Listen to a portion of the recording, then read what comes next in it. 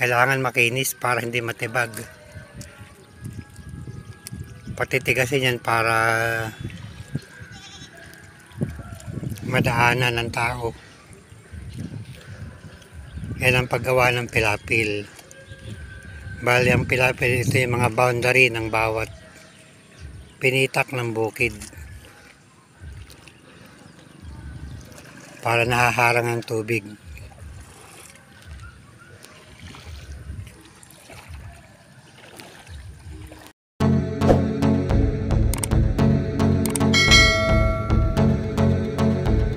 Welcome to my vlog. Pupunta ako ng bukid dahil nagsisimula na rin kaming maggayak ng tataniman ng palay. Dito na ako dadaan sa likod ng bahay sa may bakuran. Pinapatubigan na rin yung tataniman ng palay dito sa likod bahay.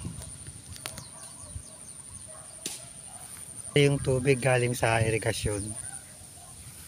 Bali yan ang irigasyon. Merong maliit na aripit dito. Actually, yung aripit na ito diretso din sa bukid. Sa pupuntahan ko. Sa gawing punuan ng lusot ng tubig. Umaapaw pa rin ang tubig ng irigasyon. Nakagayak na lang taniman. Yung kapitbahay namin. Nagbabike yung mga bata. O, kaway-kaway na kayo. Masarap kasi magbike dito kapag hapon. Actually, minsan maraming grupo yan. Sagalang-sagana pa rin ang tubig ng mga magsasaka dito sa lugar namin. Nakakatakot ang bulwak ng tubig.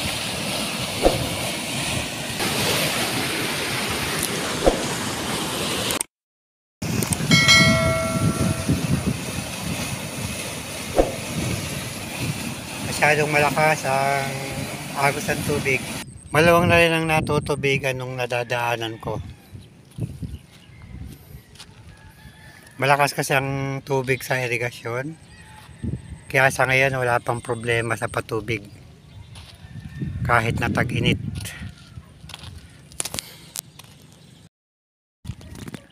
Ang bilis ng agos ng tubig sa irigasyon.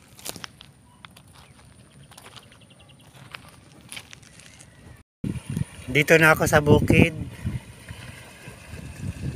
Narotobator ito nung isang araw. Tapos nagpatubig kahapon.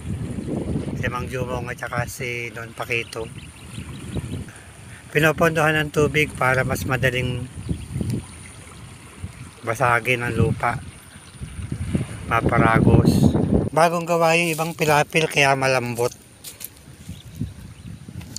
Itong dadaanan ko, dati natong pilapil kaya okay lang tapakan.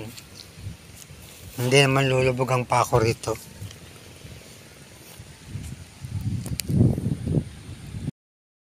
Tatantyahin ko na lang kung pwedeng tapakan.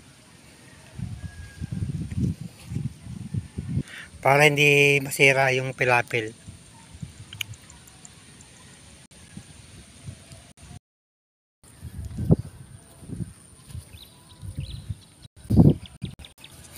Bali doon ako nang galing. Pero hanggang dito na lang ako kasi kagagawa lang ng pilapil. Malambot pa. Pero lalapit na lang tayo sa kanila. Dito tayo dadaan sa aripit.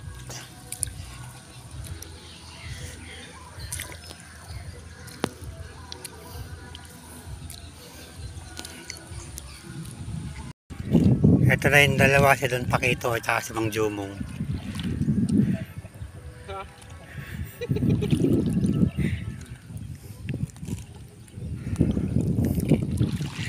Bali lumang pilapil ito, pinapatungan lang nila ng lupa para tumaas. Kasi yung kabilang pinitak, iba na may-ari ng lupa na yan.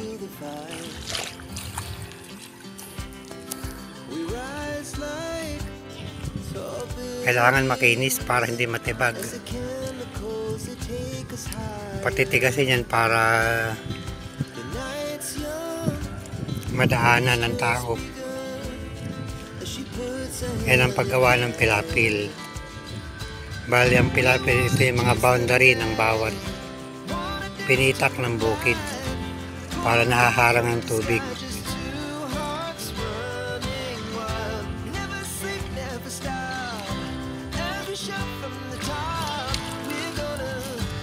Tinatanggal yung mga damo sa gilid para malinis bago patungan ng lupa. Doon pakita naman ang taga patong ng lupa para tumas ang pilapil. Malalaki na rin yung punlaan ng kapitbahay. Nagsasabog na siya ng pataba para sa pudlang palay. Halos napatubigan na lahat ng pinitak.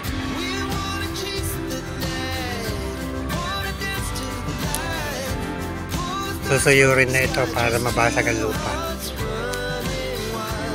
Actually, sabog tanim din ang gagawin dito para mas makamenos ng gastos. Ito yung aripit doon sa likod ng bahay. Bali mula sa likod ng bahay, dire-diretso dito sa punuan ng bukid. Bali may aripit dito, papunta naman ng ibang bukid. Makapal pa rin ang bunga ng malunggay dito sa bukid.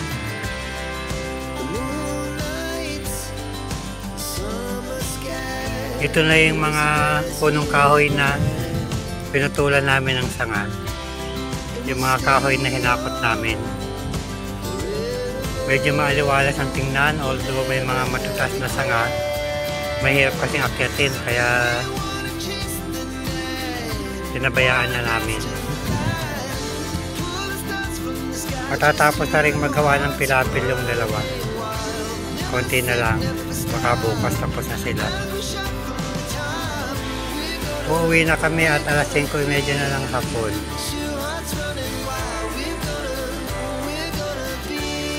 Ganyan na talaga ang buhay ng magsasaka kapag kaani. Gaya ka na naman ulit para magtanim. Maswerte lang yung mga magsasaka dito sa gawin namin dahil dire-diretso ang libreng patubig.